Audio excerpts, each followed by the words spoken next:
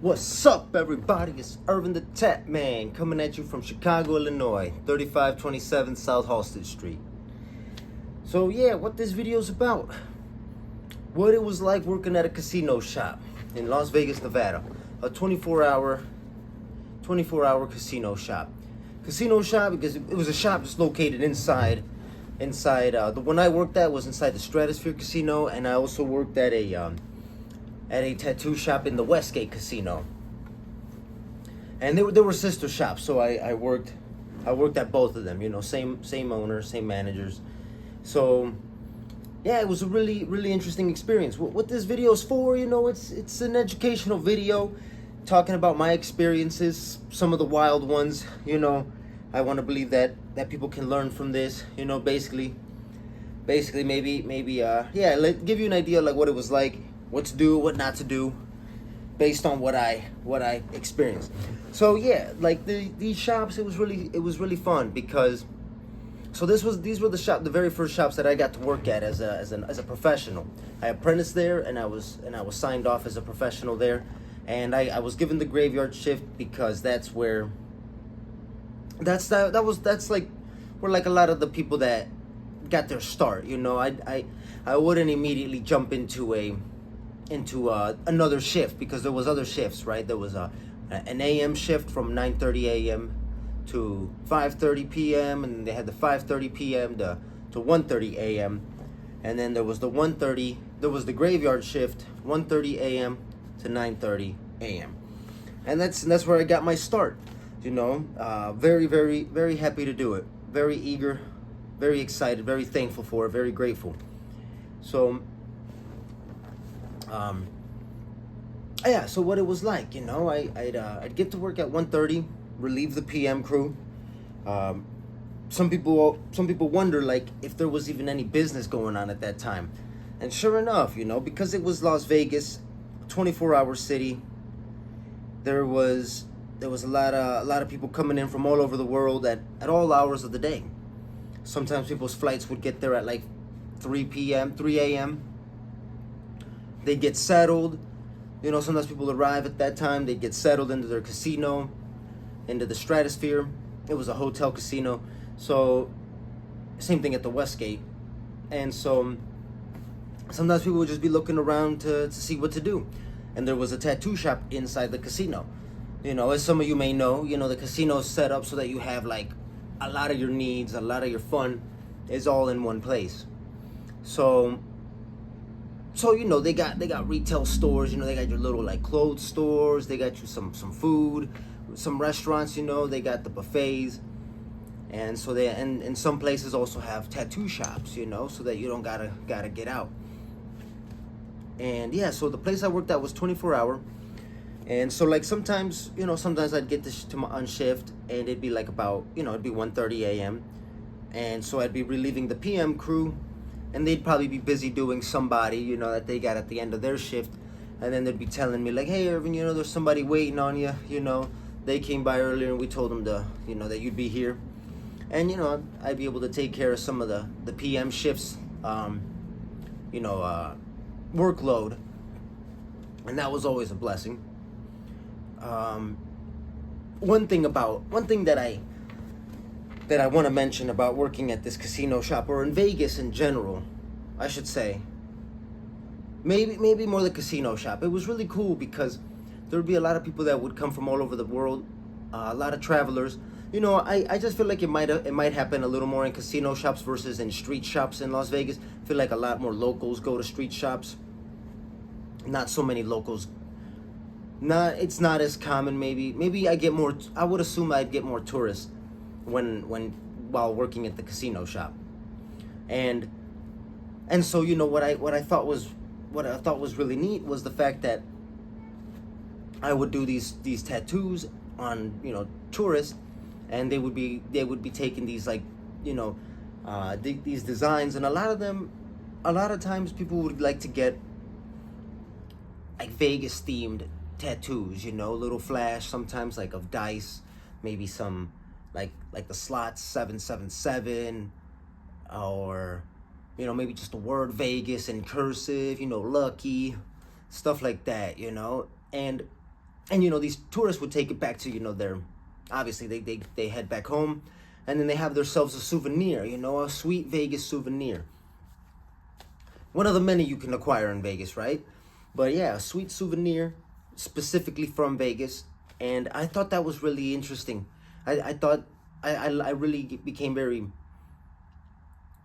I don't know. I was just very excited to become to like have this title as a souvenir tattoo artist. I kind of like carried that for a little bit. I was really happy to call myself that, and then because it kind of reminded me of like how when Westerners, maybe back in the ancient times, or maybe not so ancient, but like when when tattooing wasn't such a common thing in the States, and people that had the opportunity to go out to the East, to Asia, and acquire a tattoo from there, they'd get whatever it was, that specific design from Asia, and bring it back to the States. And so that they had that souvenir tattoo, and I thought it was really awesome to like look at myself as like one of those fellas, one of those ancient tattooers, and distributing souvenir tattoos that people from all over the world will get to see later on, so that was a really neat thing.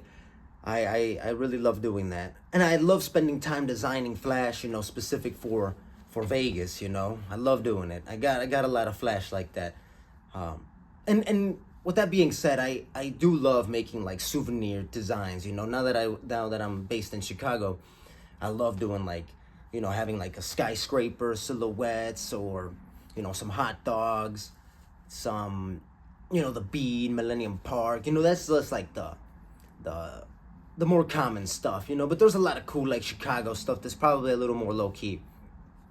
Can't think of it off the top of my head right now.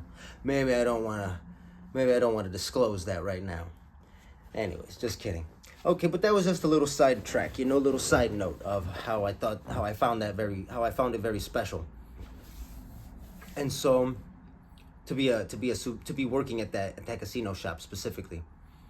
And yeah, so yeah, I'm gonna dive into some of my stories, some situations that happened, and like I said earlier, hopefully people can learn from my mistakes, because I'll admit, this was, like I said earlier, this was my first tattoo shop as a professional. So there was a lot of things that I didn't know, and I, learned little by little. People that be coming in, like I'd sometimes have I'd have pimps coming through with some of their prostitutes or the escorts, and they'd be coming in, maybe getting a little bit of like, something symbolic to something for the pimp, I guess. Sometimes they'd get like the pimp's name, some money symbols around it. Maybe they'd get like a specific logo, So I that happened pretty often, I definitely get some street people getting inked up, There definitely would be like some more sketchy individuals, obviously, because it's so late at night, it's Sin City. It's so, you're gonna get that riffraff coming through. One time I got this fella, he's coming over, he comes by and he's just like, I pique his interest because we're open, and he's just like walking around the casino. The guy tells me like, "Hey Irv, man," he introduces himself. So I'm like, "My name is so and so, but I go by Sick Fuck," and he's got Sick Fuck on the forearms, Sick Fuck, however it read. And I was like, "All right, good deal, my friend. Pleasure to meet you. I'm Swerve." And he got a little something done. I forgot what he got, man. I want to believe that he was just getting like a skull touched up or something like that. It wasn't something major, The guy kind of just wanted to get like stabbed with the needle a little bit. And as we're talking, I don't know what made him believe, but he goes like, "Hey man, you got the connection on some meth by chance?" And I'm like, "No, I do not, man." And so he keeps on like egging me on as the session is going. He's like, "Hey man, come on, Herb, hook me up, man. I'm trying to get some shit, man. I got $100 on it, man." And I was just like, I completely disregarded that. But that the point is that, I had I had some, some individuals out there also looking to score drugs while I was on duty. And yeah, that didn't go anywhere. We finished the tattoo. He kind of bailed early, I think. I think it was a touch up, and he was just like, "Oh, you know what? It's fine right there. Let's just leave it." And I think I probably only charged him like $100, the shop minimum. Another time, again, it's like, let's say it's like probably like about like 4 a.m., 3 a.m. It's somewhere dead in the middle of the night. And there's like this person, and they're walking by, and I probably just gave him like a head nod or something like that, typical, just like little something. I probably didn't even really see who they were. And so they worked their way back in. Come to find out, it's this, it's like a young woman, young woman, probably like, I don't know, she's like in her early 20s. And she was just like, "Hey, do you think I can like charge my phone?" And I was like, "Sure, go ahead." And I let her charge her phone, and then, she kind of just gets to talking a little bit, and she's just like, "Man, I'm kind of down on my luck right now, man. My ride, I'm like 3 hours away from here, and my ride just left me, man, because I wouldn't fuck him." And I was like, "Ouch, sorry to hear that." You know what? Yeah, I didn't really have much comments, but yeah, she seemed to be kind of like, going through it a little bit. I let her charge my phone, and I become, I'm a little bit, I'm a little sympathetic for her. She seems to be pretty bummed out. I don't exactly know what kind of help I can give her aside from letting her phone get some more juice. But my shift was coming to a close. I want to believe it was like about 8 a.m. around this time. And so I'm like, "Hey, I'm gonna go get some food. I'm gonna go pull up some to McDonald's, if you wanna, I'll treat you." And she was down. We go to the drive-thru, come back with our grub, and I'm just kind of like finishing up the shift. I guess I probably could have done that after my shift, but I was hungry, and I just wanted to kill some time maybe. Sometimes it wouldn't be that busy. Sometimes it'd be very busy because there would only be one person on shift. But anyways, we come back with our food, and she disappears. I'm not watching over her. I don't care. Like, I didn't care what she was up to. But she comes back, still food at hand. It didn't seem like she had eaten much. And then, but her eyes now are like super red and like droopy. And she's slightly different now. Now I can tell that she's just a little bit more like, just looked kind of wasted. And it happened pretty fast. So I'm over here suspecting, homegirl probably went to hit that hair on in the bathroom or something. I don't care, whatever. And yeah, she's still hanging around now, Now she's like slowly eating, maybe sipping just a little bit of the orange juice. And that's why I figured, she was probably on some drugs because she wasn't eating that much anymore. So it's like, all right, whatever. That kind of lets me know. Eyes bloodshot. I'm not saying I'm no pro, but I'm definitely no saint. So, anywho's. So yeah, so then my shift comes to a close, comes to an end, and I'm telling her like, "Hey, it was a pleasure. I really hope you make it back home safe, but I'm heading home." And she's like, "What are you up to?" And she's kind of like walking with me as I'm going to my parking to the parking garage. And she's like, "So what are you up to now?" And I'm like, "Oh, I'm heading home, going to sleep maybe, maybe see what's up with my roommate." I was living with my homie Alexis at the time. And then so she's like, "Can I go with you?" And I was like, No, you cannot. No, you cannot. That is a recipe for disaster, folks. You don't know what this girl's up to. She could be setting you up. You may not be able to get rid of her. She might OD in your house. Now you got a whole problem. And not only that, but my homie catches a glimpse of you. He's gonna fall in love and never want to let you go. It's a joke, people. Like, it's not. It was just the fact that like I'm coming home with a girl, with a woman, and it just being goofy. But I'm sure you'd probably found her attractive. She wasn't ugly. But yeah, no, I definitely nipped that in the bud, and I told her she's got to go. And sure enough, she took it. She probably wasn't expecting me to say no. Probably the way she got ditched in the first place. But anyways, that's another scenario. And yeah, you know what? Thankfully that ended well. Here's some other situations in which, like, all right, so some guy comes in and he's getting some work done, and I don't realize it, but the guy, like, I noticed that he had like a little prescription bottle, and like as we're starting, he probably just knocked back one. I don't think much of it, I don't know what it is. So I'm like, I don't care, And we're working, we start to work, get to tattooing, and he's knocking back another, kind of discreetly. So, long story short, he ends up taking a lot of Xanax pills that night, maybe like 5 big bars, like 5 bars, I want to say, minimum. And this guy, like, I realized that this guy is like, little by little, as the session is progressing, like he's slumping more, he can't stay still a lot. Now his words are getting all slurred. He's looking funny. I'm like, man, damn it. This guy's tripping. He was being friendly, but he was getting all fucked up, and so I finish up the tattoo, and I'm like, all right, my friend, it's time to leave. Please leave. And he's kind of like, oh, but you know what? Can I get a little more shading here, or can I do a little bit more of this? Can I just get a little something there? He just didn't want the night to end for him, And I was like, no, guy, we're done. We're done. You gotta go. This is gonna be bad. And he was kind of a big fellow, So yeah, I couldn't really, I wasn't gonna physically grab him, but yeah, I tried to get him out. He wasn't leaving, and fortunately, working at a tattoo shop in a casino, we got security going all over the place, walking around all the time. So I was able to go flag somebody down. I was like, hey man, I need some help with you. I told him I was gonna go get security if he didn't leave. He didn't listen. I run outside and I kind of flag security, hey.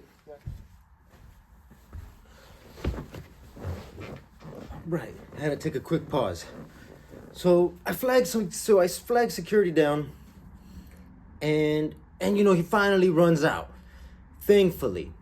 But, the next thing the next day, he calls me up and he's telling me, like, hey, Irv, man, I'm not trying to be a dick or nothing, man. No hard feelings, man. But somebody stole my pills, and so I want them back, or I'm gonna file a police report, man.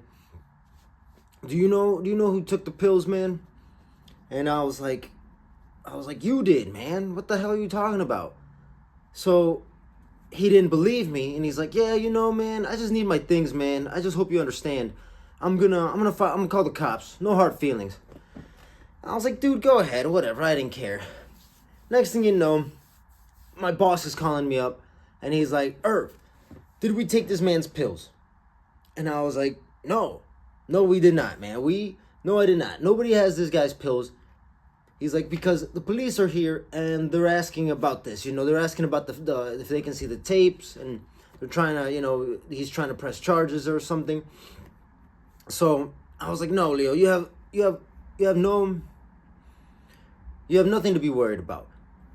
They take a look at the cameras. They realize that he took the pills. Nobody went in his things. He obviously was the problem, and that case was dropped. This idiot is trying to call the cops so he can get the pills back that he ate himself, all barred out, and didn't even realize it. What a dumbass, people. What a dumbass. I cut ties with that person. I never dealt with them again. Completely blocked them. That's something you never have to deal with. Never. I don't have to deal with that. I don't got to put up with that. So yeah, that was a ridiculous situation. Here's another crazy one that I thought is for the books. There's a lot that has had there's more craziness that occurred, but to keep the video short, I might have to talk about those another time. Maybe there'll be a part 2. But I'm gonna close on this last story.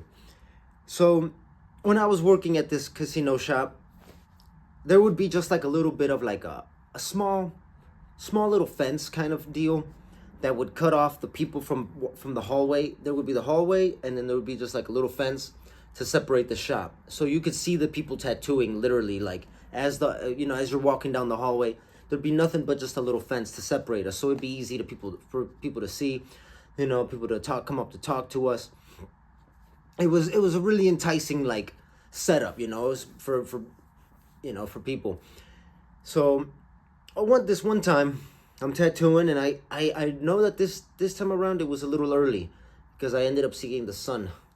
So I want to say this is about 5 a.m. or so. Somebody comes in, they're looking to get some work done.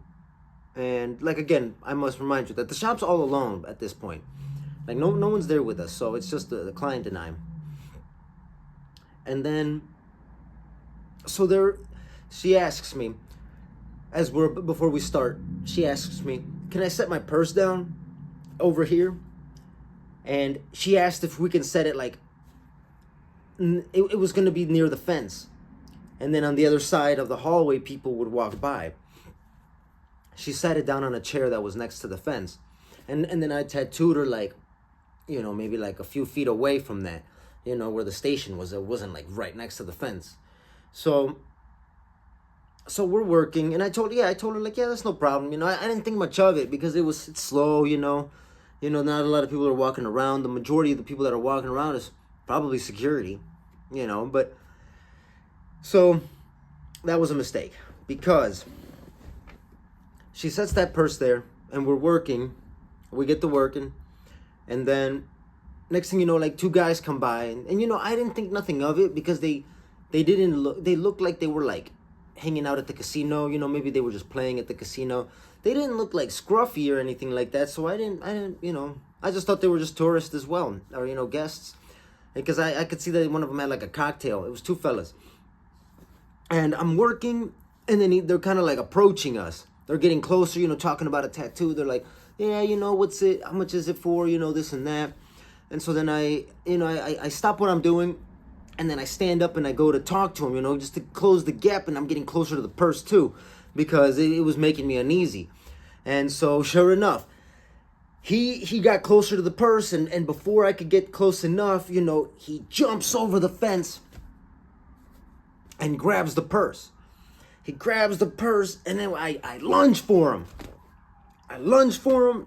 And I sort I kind of held on to him. I kind of got a grip of him, but not a good grip. And so he like backs off, and I'm like, I fall over because I was like jumping over the fence, so I'm all sprawled out. And he books it. He takes it and he books it, and the guy that he was with, he doesn't do anything. He just like sits back, stays back or something. So I was like, oh hell no, because I told this lady that I'd be sure that nothing would happen to that purse. So I book it for him, I'm like, God damn it, like, that's probably my tip, man. Whatever. So I'm booking it. I chase after him. We go outside the Westgate Casino. We run out to the parking lot. I remember jumping a fence or two, trying to chase his ass. And then finally we get to the parking lot. Fortunately, this guy was not going to outrun me. He was not going to outrun me. And yeah, so sure enough, we get to the parking lot. And he's like weaving around the cars now. And I'm like, I got him, like I had him in my sight. And I remember he was kind of like fidgeting through the purse as he's like seeing me, because he knows it's coming to a close. And then when I choose to go get him, he just throws it at me. And I kind of grab the purse, and I grab him a little. And then once I grabbed him, I realized he didn't have any fight. So I was like, all right, I think this is all I have to do. I grab him and I just push him off or whatever. I come back with the purse, all heroic and shit. Security is there with my client. They're like trying to talk about it or something. Security's like, what happened? I'm like, nothing, man. I went and did your job. Now, it wasn't their job. I shouldn't have let her put her purse there. But yeah, I secured the bag. Got that bag back. I felt like a hero. And yeah, I think we continued tattooing because I don't think we were done. And then yeah, I had to chase some motherfucker down for a purse. And so, and that didn't have to happen, people, because I shouldn't have left the purse there. But yeah, that was a good ending to that. And I think I'm gonna leave it at that. I got some more stories that I think I'm gonna have to make a part 2 about this. And yeah, like I said, this is an educational video. I hope it helps somebody. Some people maybe don't make the same mistakes I did, folks. Learn from them. I sure did.